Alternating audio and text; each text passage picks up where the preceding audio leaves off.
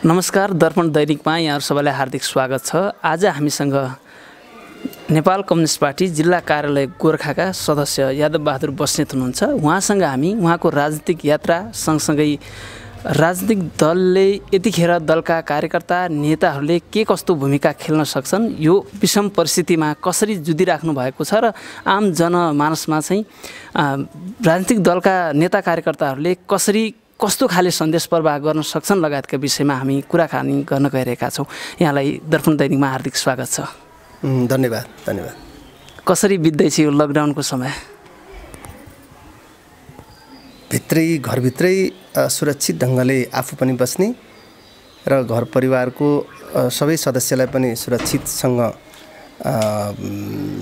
लकडाउनलाई पालना गरेर बस्ने र घरभित्रैबाट चाहिँ अरू सम्पूर्ण सम्पर्कमा रहनुभएका सम्पर्क गर्न प्रयास गरेर सबै तमाम गोर्खाली दाजुभाइ दिदीबहिनीहरू र अन्य सम्पर्कमा रहनुभएका दाजुभाइ दिदीबहिनीहरूलाई चाहिँ यो कोरोना भाइरस र अहिलेको सङ्कट र अहिलेको लकडाउनलाई पालना गराउनका लागि, यो कोरोनालाई जित्नका लागि, यो कोरोनालाई परास्त गर्नका लागि हामी प्रयासरत छौँ। तपाईँ गोर्खामा कार्यरत हुनुहुन्छ। अहिले गोर्खामा तत्कालीन अवस्थामा यो लकडाउनको यो महामारीको एउटा सङ्कटको बेला चाहिँ नेपाल कम्युनिस्ट पार्टीले के कार्यक्रमहरू अगाडि ल्याएको छ, के कामहरू गर्दै हुनुहुन्छ? कम्युनिस्ट पार्टीले सङ्घीय सरकारको नेतृत्व गरेको छ।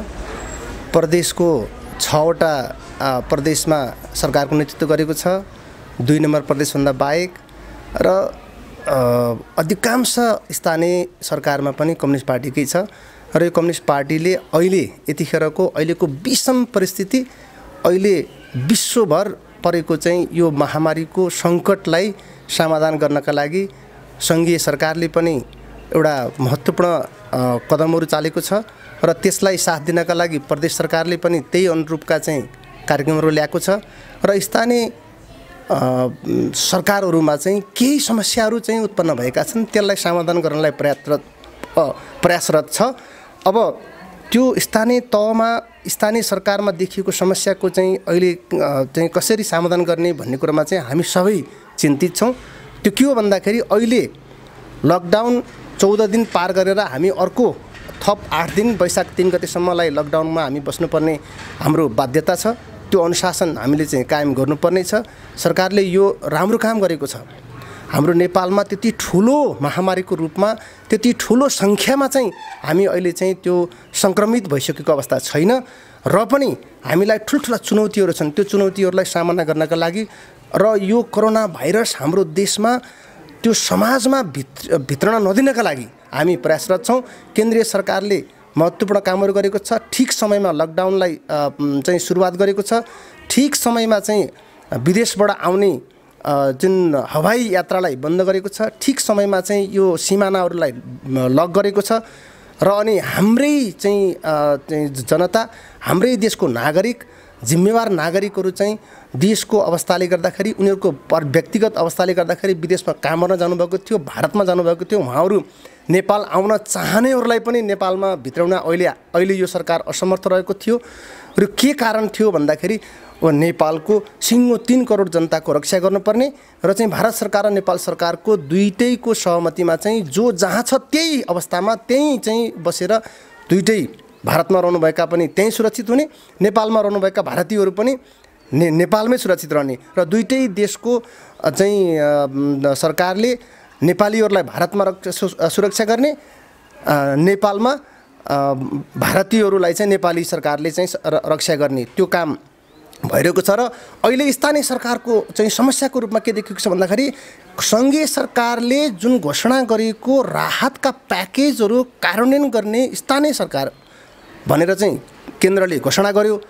प्रदेश सरकारले पनि स्थानीय सरकारलाई नै चाहिँ जुन रकमहरू वितरण गरेको छ, त्यो रकमहरू चाहिँ जुन दैनिक ज्यालादारीमा काम गर्ने, अरू त्यस्ता खाले चाहिँ अलिक कमजोर आर्थिक अवस्था भएको र चाहिँ यो चाहिँ लकडाउनमा चाहिँ समस्यामा रहेका जनताहरूलाई चाहिँ सहयोग गर्नलाई भनेर चाहिँ स्थानीय सरकार अथवा वडा सरकारले चाहिँ त्यो चाहिँ काम गर्न अलिकति नसकेको जस्तो देखिएको छ। त्यहाँ झमेला जस्तो भएको छ र कसलाई सहयोग गर्ने, को हुन् त हाम्रा चाहिँ सहयोग गर्ने जुन टार्गेट ग्रुपहरू, को हुन् त खास अर्थमा चाहिँ हाम्रो चाहिँ अहिले यतिखेर सहयोग गर्न पर्ने चाहिँ समूह, त्यो समूहलाई चाहिँ हामीले छुट्याउन सकिरहेका छैनौँ। हाम्रो देशको एउटा समस्या थियो, हामी कहाँ वृद्धहरू 70 वर्ष काटेका जुन सामाजिक सुरक्षा भत्ता खाने कति छन् त्यो हामीलाई अहिले थाहा पाउन सक्छौँ। हामी कहाँ चाहिँ अपाङ्गहरू कति छन् त्यो थाहा पाउन सक्छौँ। अपाङ्ग पनि चाहिँ सरकारले चाहिँ तोकेका अपाङ्गहरू त्यो कति छ थाहा पाउन सक्छौँ। र चाहिँ अहिले एकल महिला कति छन् भन्ने कुरो त्यो थाहा पाउन सक्छौँ। र अरू चाहिँ दलितहरू कति छन् यो देशमा भन्ने कुरो त्यो चाहिँ उमेरका आधारमा त्यो पनि हामी तुरुन्तै थाहा पाउन सक्छौँ। बाँकी रहेका सडकमा काम गर्ने, दैनिक ज्यालादारीमा काम गर्ने गरिबहरू, विशेष गरेर किसानहरू, यो चाहिँ कति सङ्ख्यामा छ त त्यो सङ्ख्या थाहा नपाउँदाखेरि सरकारले चाहिँ व्यक्तिगत रूपमा चाहिँ यति लाखलाई यति हजारलाई चाहिँ हामी सहयोग गर्दैछौँ भनेर सङ्ख्या तोक्न सकेन। त्यसकारण केन्द्रीय सरकारको, प्रदेश सरकारको एउटा बाध्यता थियो स्थानीय सरकारलाई चाहिँ यो जिम्मेवारी दिउँ भनेर दिएछ। अब यो चाहिँ जिम्मेवारी स्थानीय सरकारले काम गर्दैछ। त्यसमा हाम्रो जिल्ला कमिटीको तर्फबाट, पार्टीको तर्फबाट हामीले स्थानीय सरकारलाई, वडा सरकारलाई हामी सहयोग गरेर त्यस्तो खाले समस्यामा परेको समुदायलाई, समस्यामा परेका व्यक्तिहरूलाई, समस्यामा परेका चाहिँ त्यस्ता किसानहरूलाई चाहिँ, त्यस्तो चाहिँ अपाङ्गहरूलाई, त्यस्ता चाहिँ महिलाहरूलाई, त्यस्ता चाहिँ वृद्धहरूलाई चाहिँ सहयोग गर्नका लागि हामी चाहिँ लागिरहेका छौँ। त्यो हामी सहयोग गरिरहेका छौँ। गोर्खामा के कस्ता प्याकेजहरू घोषणा गरिएका छन् र तपाईँहरूको एउटा ठुलो देशकै ठुलो पार्टीको तर्फबाट चाहिँ गोर्खाको हकमा मात्रै भन्दैछु म, गोर्खाको हकमा चाहिँ के गरिराख्नु भएको छ एक एक गरी बुदागत रूपमा भनिदिनुहोस् न। गोर्खामा अहिले केही खाद्यान्नको चाहिँ वितरण भएको छ, अनि त्यस पछाडि केही ठाउँमा साबनहरू वितरण भएको छ, केही ठाउँमा साबन लगायतको चाहिँ मास्कहरू वितरण भएको छ। अब यसको प्याकेज, अब यो चाहिँ कसलाई वितरण गर्ने, कतिजनालाई वितरण गर्ने, कस्तो खाले चाहिँ अवस्था भएको व्यक्तिहरूलाई वितरण गर्ने भन्ने कुराको डाटा कलेक्सनमै समस्या भएको हुनाले केही वितरणका कामहरू अभाव भएका छन्। र मानिसहरूले चाहिँ त्यस्तो खाले समुदायमा चाहिँ मैले थाहा पाएअनुसार, हामीले सम्पर्क गरेअनुसार, हामीले पनि चाहिँ त्यहाँ साथीहरूलाई चाहिँ सुझाव दिएअनुसार चाहिँ जो अप्ठ्यारोमा परेको छन्, अहिले यतिखेर लत्ता कपडाको अप्ठ्यारो कसैलाई पनि छैन। अहिले यतिखेर जसले काम गर्न नपाउँदाखेरि उसको आफ्नो दैनिक गुजारा गर्न अप्ठ्यारो भएको समुदायलाई सहयोग गर्नका लागि जुन खाद्य वस्तुहरू हो, ग्यासको चाहिँ अब खास धेरै ठुलो समस्याहरू छैन अहिले चाहिँ गाउँको अवस्थामा हेर्दाखेरि। अब यो खाद्य सामग्रीहरू, अत्यावश्यक खाद्य सामग्रीहरू वितरणमा स्थानीय सरकार लागेको छ। त्यसमा चाहिँ हामी पनि त्यसमा हामी सहयोगी भूमिका निर्वाह गरिरहेका छौँ। तपाईँले प्रसङ्ग निकालिहाल्नुभयो जुन नेपाल भारत सीमानाकाको विषयमा। नेपाल भारत सीमानाकाको अवस्थाको बारेमा तत्काल हेर्ने हो भने जुन भारतको सीमा पारी नेपालीहरू छ, न कुनै मापदण्डमा बसिराखेको र न खाद्यान्न पेटभरि खान पाएको, न चाहिँ राम्रोसँग बस्न पाएको, एउटा झोला सिरानी हालेर महाकाली नदीको किनारमा बसिराखेको र एसएसबीले जसरी जुन एउटा ग्यालरीमा ठाउँ, एउटा रुम नभइकन एउटा ग्यालरीमा सुताइरहेको अवस्थामा यो नेपाल सरकार, तपाईँ एउटा सरकारवादी दलको एउटा नेता हुनुहुन्छ, तपाईँले यसलाई चाहिँ के सरकारसँग सन्तुष्ट हुनुहुन्छ यो गतिविधिमा चाहिँ? यसमा सुरुमा मलाई पनि एउटा लागेको थियो, भारतमा आफ्ना बाध्यताले, आफ्नो व्यवस्थाले काम गर्न जानुभएका नेपाली नागरिकहरू आफ्नो देश फर्किन खोज्दाखेरि देशमा ल्याउनुपर्छ र चाहिँ क्वारेन्टाइनमा राखेर अथवा अरू कुनै चाहिँ आइसोलेसनमा राखेर उहाँहरूलाई चाहिँ हाम्रो नेपालमै ल्याएर रक्षा गर्नुपर्छ, उनीहरूको चाहिँ आगमन गराउनुपर्छ, उनीहरूलाई ल्याउनुपर्छ भन्ने मेरो थियो। तर बिस्तारै यो देशको चाहिँ मतलब विश्वभरमा चाहिँ यो सङ्क्रमण अत्यन्तै महामारीको रूपमा चाहिँ फैलिरहेको, भारतमा पनि अत्यन्तै स्पिडमा एकदम गतिमा चाहिँ अगाडि बढिरहेको, त्यो चाहिँ प्रत्येक दिन 1700-800 का दरमा चाहिँ सङ्ख्या बढ्दाखेरि अहिले चाहिँ सरकारले ठिकै गरेको छ भन्ने मलाई लागेको छ। अहिले यतिखेर दुईटा सरकारको बिचमा भएको सम्झौता अनुसार भारतमा रहनुभएका सबै नेपालीहरूलाई त्यहाँ सुरक्षित ठाउँमा वासस्थान दिएर क्वारेन्टाइनमा राखेर उनीहरूको रक्षा गर्ने सम्झौता भएको छ। नेपालमा रहनुभएका 700-800 जुन भारतीयहरू छन् जो भारत जान चाहन्छन्, बोर्डरमा रहनुभएको छ, उहाँहरूलाई नेपालको सरकारले चाहिँ खाना बस्न दिएर क्वारेन्टाइनमा राखेको छ र त्यो चिज को अर्को विकल्पै छैन। अहिले यतिखेर विकल्पै छैन। कतिपय चाहिँ मानिसहरूको चाहिँ भनाइ छ, एउटा कतिपय चाहिँ एउटा सामाजिक क्षेत्रमा काम गर्ने र चाहिँ एउटा चाहिँ के अरे राजनीतिक क्षेत्रमा काम गर्ने व्यक्तिहरूले चाहिँ भनेका छन् कि नेपालमा नेपालीहरू जो नेपालको नागरिक हो उसले आफ्नो देश आउन पाएन, योभन्दा लाजमर्दो विषय के हुनसक्छ? चाइनाबाट चाहिँ हामीले प्लेन रिजर्भ गरेर लिएर आयौँ तर भारतबाट हामीले ल्याउन सकेनौँ भन्ने खाले आलोचना गुनासो पनि आएको छ। त्यसलाई एक ढङ्गमा त्यो ठिकै पनि हुनसक्छ, तर अर्को हिसाबले हेर्ने भन्दा अहिले 3 करोड नेपालीहरूको रक्षा गर्नका लागि हामीले ठुल्ठुला चाहिँ त्यागहरू बलिदानहरू गर्नुपर्ने हुन्छ। त्यो चिजमा हामी चुक्यौँ भनेदेखि, हामी चाहिँ हाम्रो कमजोरी भयो भनेदेखि, हाम्रा चाहिँ त्यस्ता किसिमको ल्याप्सेसहरू रह्यो भनेदेखि भोलि राज्यले देशले माफी गर्दैन र चाहिँ जहाँ हामी छौँ, भारतमा छौँ, अस्ट्रेलियामा छौँ, अमेरिकामा छौँ, युरोपमा छौँ, जापानमा छौँ, जहाँ छौँ त्यहाँ सुरक्षित रहने, नेपालमा रहेका विदेशीहरू जो हुनुहुन्छ उहाँ सुरक्षित रहने। अहिले त कुनै यातायातका साधनहरू चलेको छैन, त्योभन्दा अर्को विकल्प छैन। हामी सबै जहाँ रहनुभएका विश्वभरका चाहिँ जनताहरू सुरक्षित रहौँ, यो कोरोना भाइरसलाई हामीले चाहिँ पराजित गरौँ र विशेष गरेर हाम्रो नेपाली दाजुभाइहरू संसारभर चाहिँ विभिन्न कारणवश अध्ययन गर्न अथवा आफ्नो पेसा व्यवसायले आफ्नो व्यवस्थाले काममा रहनुभएका जुन नेपाली दाजुभाइहरू हुनुहुन्छ, आदरणीय दाजुभाइहरू चाहिँ जहाँ हुनुहुन्छ त्यहाँ आफ्नो रक्षा, आफ्नो सुरक्षा, आफ्नो क्वारेन्टाइनमा गर्नुपर्ने पालना, त्यो अनुशासनलाई कायम गरेर थोरै खाएर भने पनि केही भोको पेट भएर पनि आफ्नो जीवन रक्षा गर्नुहोस्, आफू बाँच्नुहोस्, त्यस पछाडि देखा जाए। तपाईँ खासै मिडियामा आउनुहुन्न, धेरै मिडियामा कम आउने मध्ये पर्नुहुन्छ।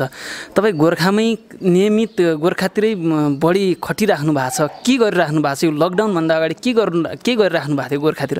विशुद्ध राजनीतिक क्रियाकलाप, विशुद्ध सामाजिक क्रियाकलाप, विशुद्ध जनताको सेवा, त्यो पवित्र मनले, भित्र मनदेखि त्योभन्दा अर्को कुनै काम छैन, त्यति हो। ती सामाजिक कामहरू के कस्ता खालका हुन्छन्? सामाजिक काम भनेको के हो? राजनीतिक काम चाहिँ पार्टीको निर्देशन, पार्टीको आदेश, पार्टीले चाहिँ परिपत्र गरे अनुसारका कामहरू, पार्टीका कामहरू हुन्छन्, सङ्गठनात्मक कामहरू। बाँकी रहेका जति पनि गोर्खाली जनताहरूको बिचमा भएका समस्याहरूलाई समाधान गर्नका लागि जुन सहयोगीको भूमिका निर्वाह गर्नुपर्ने बेलामा मैले कुनै पार्टी भन्दिनँ, म कहिले पनि जोसुकैलाई पनि गोर्खाली जनतालाई म सहयोग गर्छु। त्यो नै मेरो लागि चाहिँ मैले सोचेअनुसारको सामाजिक काम त्यही हो जस्तो लाग्छ मलाई। कतिपय नेताहरू चाकडी चाप्रिसीले माथि पुगे भन्नुहुन्छ, तपाईँ सँगसँगैका सहपाठीहरू पनि धेरै माथि पुगिसकेका छन्। हामीले यसो अध्ययन गर्दाखेरि अहिले सरकारले जुन गतिविधि गरिरहेछ, तपाईँ एउटा त्यही पार्टीको सदस्य भएको हुनाले तपाईँ सबै गतिविधिहरूमा चाहिँ सन्तुष्ट हुनुहुन्छ? यो को माथि गयो, को तल छ, को भुइँमा छ, कोही आकाशमा छ, को चाहिँ पातालमा छ, को सगरमाथा चढिसक्यो, कोही चाहिँ सबभन्दा तलको भूमिमा छ, को समुद्रमा छ, को चाहिँ के अरे यो अहिले पेरिस आइफल टावरको टुप्पामा छ, त्यो अहिले यतिखेर गन्ती छैन। म एउटा कुरो तपाईँको यो चाहिँ च्यानल मार्फत म के भन्न चाहन्छु भन्दाखेरि, संसारमा यतिखेर हाम्रो पुस्ताले एउटा यस्तो अनुभव गर्न सक्यो, यस्तो अनुभव गर्न पायो, म यो भाग्यमानी ठान्दछु। म कुनै ओहदामा पुग्न सकेको छैन, म कुनै ओहदा मलाई चाहिएको छैन, तर नेपालमा मात्रै नभइकन संसारमा, विश्वमा मानिसहरूको घमण्ड अत्यन्तै चरम उत्कर्षमा पुगेको थियो। त्यो घमण्ड कस्तो खाले घमण्ड थियो भन्दाखेरि, पैसा कमाउन चाहने मान्छेले खरबौँ कमाउँदा पनि नपुग्ने र अझ माथि पुग्न खोज्ने, भ्रष्टाचार गर्ने भ्रष्टाचारीहरूले यो कति हो भ्रष्टाचार गर्ने चाहिँ त्यो लेखाजोखै छैन। अरबको सङ्ख्यामा आउँछ। मैले च्यानल हेर्दाखेरि, मैले न्युज हेर्दाखेरि करोड त सामान्य नै बनिसक्यो। अब यो अहिलेको यो कोरोना भाइरस कोभिड-19 को चाहिँ यो असरले मानिसहरूलाई जमिनमा ल्याइदिएको छ, सबैलाई एउटै लेभलमा ल्याइदिएको छ। कोही तलमाथि, कोही धनी गरिब भन्ने कसैको छैन। मेरो नजरले देखेको, मेरो दिमागले देखेको, मेरो वर्मले देखेको के छ भन्दाखेरि, सायद सबैले त्यही देख्नु भएको छ होला। मान्छेसँग अहिले अरबौँ रुपियाँ पर्ने गाडी छ, तर त्यो गाडी चढ्न पाएको छैन मान्छेले। एकजना धनाढ्यसँग खरबौँ पर्ने जहाज छ, उसको आफ्नो प्राइभेट जहाज छ, त्यो चढ्न पाएको छैन अहिले। उसलाई त्यो एयरपोर्ट कसैले दिएको छैन। उसलाई अहिले गाडी अरबौँ रुपियाँ पर्ने गाडी उसले चलाउने सडक पाएको छैन। उसँग कति लाख पर्ने चाहिँ एउटा चाहिँ सुनले बनाएको साडी छ, उसले लाउन पाएको छैन। घर बस्दा के लाउने? उसँग जे जति छ अहिले उसँग केही पनि छैन जस्तो देखिएको छ। हामीसँग केही पनि छैन, उसँग पनि केही पनि छैन, धनीसँग पनि केही छैन, गरिबसँग केही, सबै बराबर छ। अहिले यतिखेर मानिसहरूको घमण्ड लाई चुरचुर बनाइदिएको छ। मानिसहरूको घमण्डलाई एकदम जमिनमा चाहिँ लम्पसार बनाइदिएको छ। अहिले सबै बराबर बनाइदिएको छ। यो घमण्डले मान्छेहरूमा चाहिँ एउटा यतिसम्म चाहिँ चरम अवस्थामा पुगेको थियो, त्यो चाहिँ अब सिद्धिएको जस्तो लागिरहेछ। अब मान्छे चाहिँ अब सबै तुच्छ अवस्थामा बसेका छौँ हामी, सबै एउटै लेभलमा। अहिले कोही माथि कोही तल भन्ने छैन। अहिले यतिखेर नेपालमा म उदेक लाग्छ, अचम्म लाग्छ, यस्तो अवस्थामा अब पैसा के गर्ने? मानिसहरूले पैसा जलाएका छन्, मान्छेहरूले पैसा चाहिँ इटलीमा सडकमा फाले भन्ने सुन्छु। अमेरिकामा एउटा चाहिँ त्यो मलेरियाको औषधि नपाएर डोनाल्ड ट्रम्पले चाहिँ भारतको सरकारसँग गुहार मागेको छ। त्यत्रो संसारको शक्तिशाली राष्ट्र, मोदीले म दिन्न भन्छ, डोनाल्ड ट्रम्पले दिनस् भने पखलास भनिरहेको छ।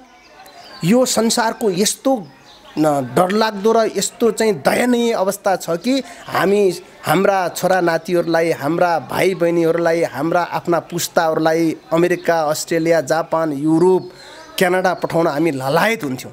अहिले जो त्यहाँ बस्नुभएको छ, हामी उनीहरूको भविष्यप्रति हामी चिन्तित र दिनदिनै रोएर बसिरहेका छौँ।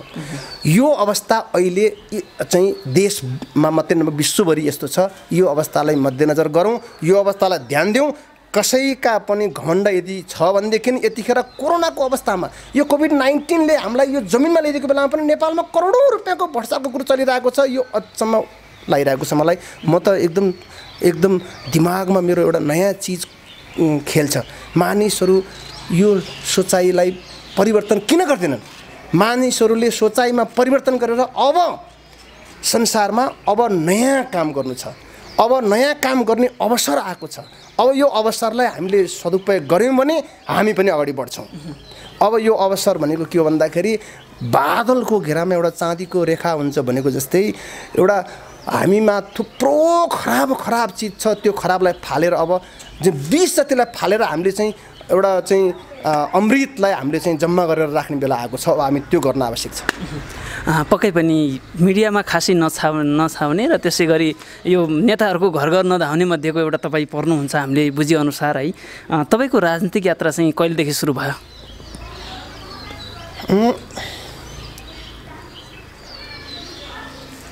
42 साल मतलब 10 कक्षा पढ्दाखेरि 41 सालमा अलिकति सुरु भएको। 9 कक्षा पढ्दाखेरि रेड क्रसको चुनावमा म सचिवमा उम्मेदवार थिएँ।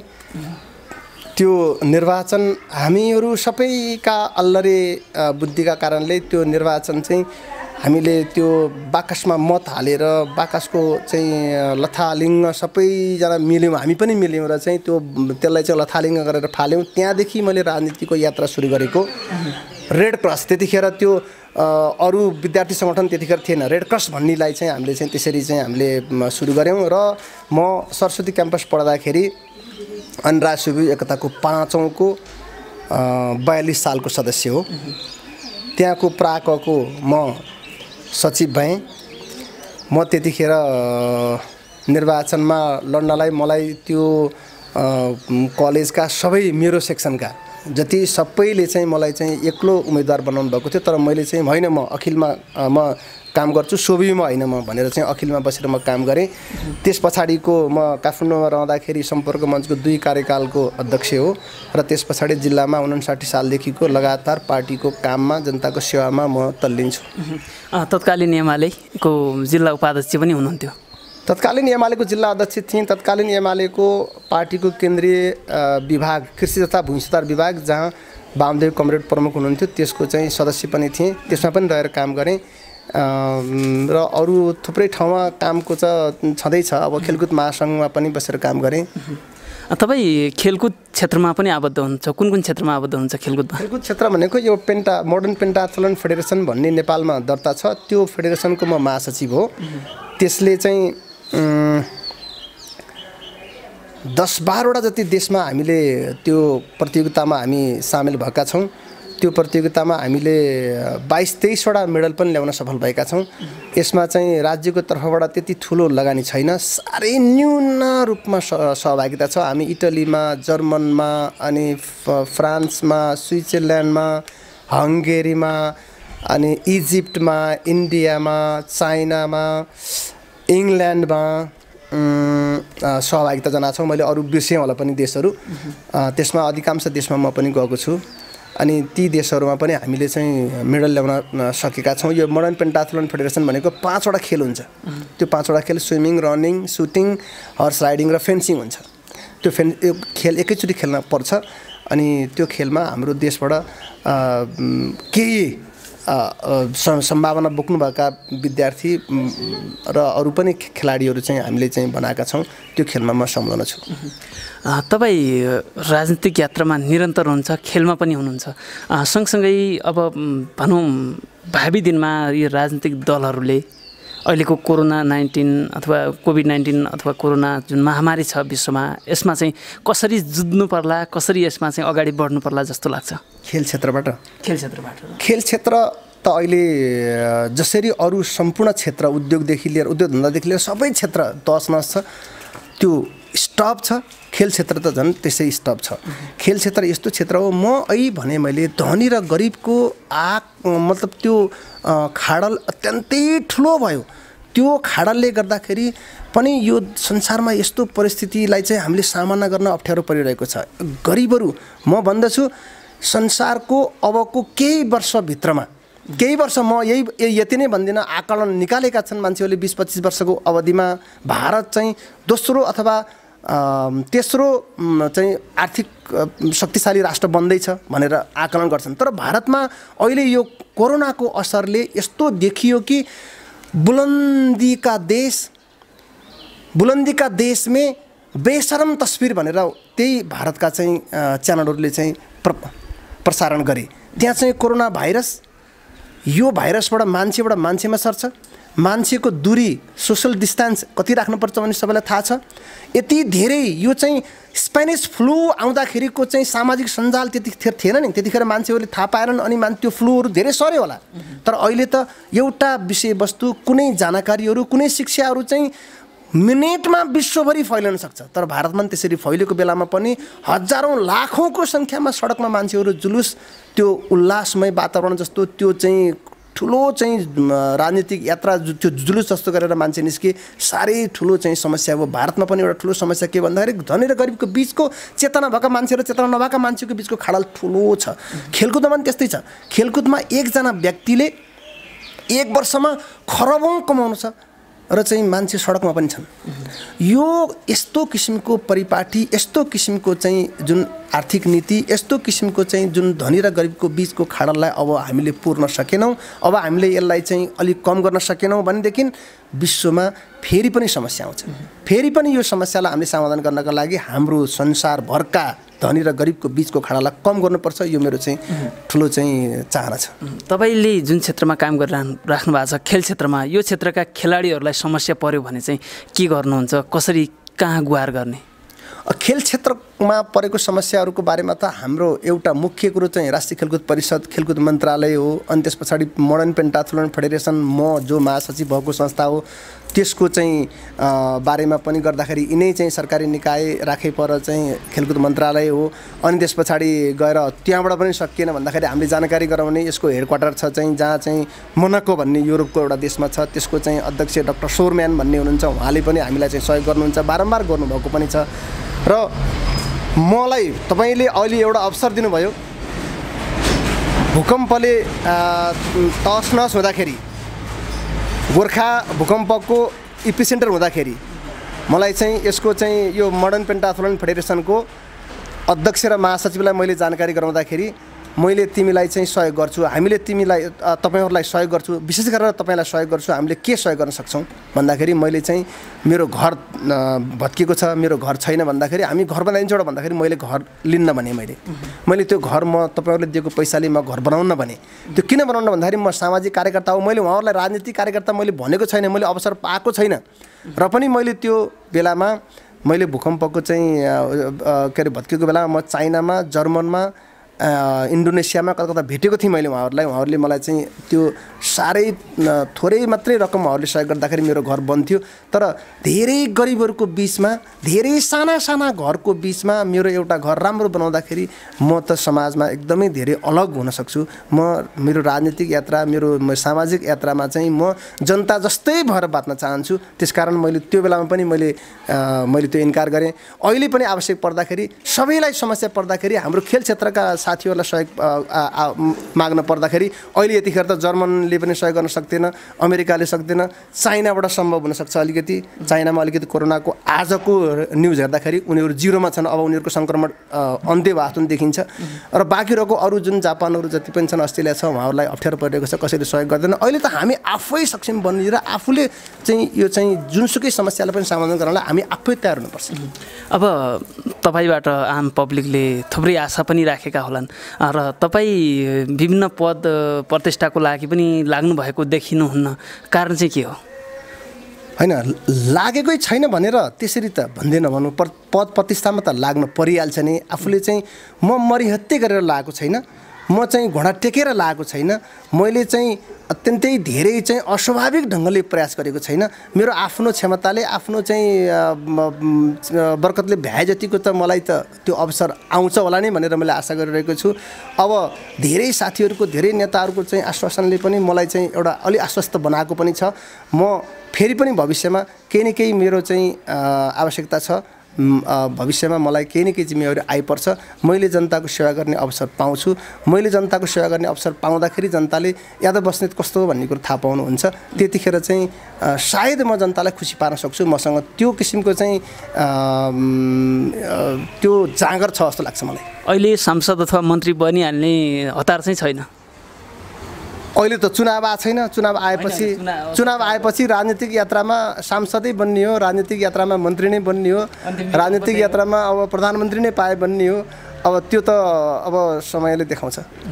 अब भावी योजना चाहिँ के छन् तपाईँका? भावी योजना जनताको सेवा। यो कोरोनालाई समाप्त गरिसके पछाडि अब हामीले सिकेका पाठहरू, यो कोरोनाको अवधिमा हामीले आजसम्म, मैले पनि 32-33 वर्ष यो राजनीतिको यात्रामा म लागेँ। हाम्रा दुईटा अध्यक्ष, पार्टीको प्रधानमन्त्री कमरेड केपी ओली र चाहिँ कमरेड प्रचण्ड लगायतका सबै शीर्ष नेताहरूले पनि ठुलो अनुभव गर्नुभएको छ। ती अनुभवबाट पनि हामीले धेरै कुरा चाहिँ यो देशलाई चाहिँ परिवर्तन गर्नलाई हामीले अब लागू गर्नुपर्छ। र अझ हामीले चाहिँ सबभन्दा ठुलो चिज चाहिँ मैले देखेको कुरो के छ भन्दाखेरि हामीले अहिलेसम्म आउँदाखेरि यो देशमा धेरै चिजहरू चाहिँ गल्ती गऱ्यौँ होला, हामीले त्रुटिहरू गऱ्यौँ होला। हामीले त्यो गल्ती र त्रुटि कहाँनिर गऱ्यौँ भन्ने कुरा चाहिँ अब पत्ता लगाउनुपर्छ, अब खोजी गर्नुपर्छ र त्यो गल्ती र कमजोरीलाई हामीले अब सच्याएर अगाडि जानुपर्छ। यो चाहिँ चिजमा चाहिँ अब भुल त भएकै छ, हामीबाट, नेताहरूबाट पनि भएको छ। म त यहाँनिर तपाईँहरूको च्यानलबाट मैले भन्ने अवसर पाएँ। अहिले भुल भएकै छ। त्यो भुल अब कस्तो खाले भुल हो त, कहाँ भुल गऱ्यौँ, त्यो कुरालाई चाहिँ अब हामीले पत्ता लगाउनुपर्छ, खोतल्नुपर्छ, त्यसलाई समीक्षा गर्नुपर्छ, त्यसलाई हटाउनुपर्छ र अनि त्यस पछाडि हामी चाहिँ अब राम्रा कुरा मात्रै अगाडि लिएर जाने, अगाडि बढ्ने अवसर यो पाएको छौँ हामीले। यो कोरोनाका कारणले त्यो पाउन सक्छौँ हामीले। अब हामीमा चाहिँ त्यो हिम्मत आउँछ। अन्तमा के भन्नुहुन्छ? अन्तमा यो कोरोना भाइरस कोभिड-19ले हामीलाई चाहिँ यस्तो अवस्थामा ल्याइदिएको छ, संसारभरका विश्वभरका जनतालाई जमिनमा ल्याइदिएको छ। हामी यो कोरोना भाइरसलाई परास्त गर्नलाई, यसलाई चाहिँ यो कोरोना भाइरसलाई जित्नका लागि र संसारमा मानिसहरू नै चाहिँ सबभन्दा शक्तिशाली छन् र यो संसारमा मानिसहरूले राज गर्ने हो र चाहिँ हामी यसलाई जितेर अब फेरि पनि यो विश्वलाई चाहिँ अगाडि बढाउने र नेपाललाई पनि नयाँ नेपाल बनाउनका लागि, हामी अगाडि बढ्नका लागि हामी सकौँ र चाहिँ सबै नेपाली दाजुभाइ दिदीबहिनीहरूले यो बेलामा अहिले यतिखेर अरू थुप्रै विषयहरू छन् हामीमा चाहिँ अहिले चाहिँ बहस गर्नुपर्ने विषयहरू, झगडा गर्नुपर्ने विषयहरू चाहिँ, यसमा चाहिँ प्रतिस्पर्धा गर्नुपर्ने विषयहरू, त्यसलाई छोडेर अहिले यतिखेर सबै नेपाली दाजुभाइहरूले सबै चाहिँ जो विद्वानहरू हुनुहुन्छ, जति पनि राजनीतिक कर्मीहरू हुनुहुन्छ, जति पनि चाहिँ सेना प्रहरीहरू, पत्रकारहरूदेखि लिएर सारा मान्छेहरू हुनुहुन्छ, सबैले चाहिँ अहिले यतिखेर यो कोरोना भाइरसलाई परास्त गर्नलाई एकजुट भएर अगाडि बढौँ। यो कोरोना भाइरसलाई जितेपछि हामी अरू प्रतिस्पर्धामा अगाडि बढौँला, अरू हारजितका कुरा गरौँला, अनि त्यस पछाडि हाम्रा अरू आगामी दिनका चाहिँ पाइलाहरू अगाडि बढौँला र चाहिँ यो आह्वान गर्न चाहन्छु, यो अपिल गर्न चाहन्छु। समयको लागि धेरै धेरै धन्यवाद। धन्यवाद।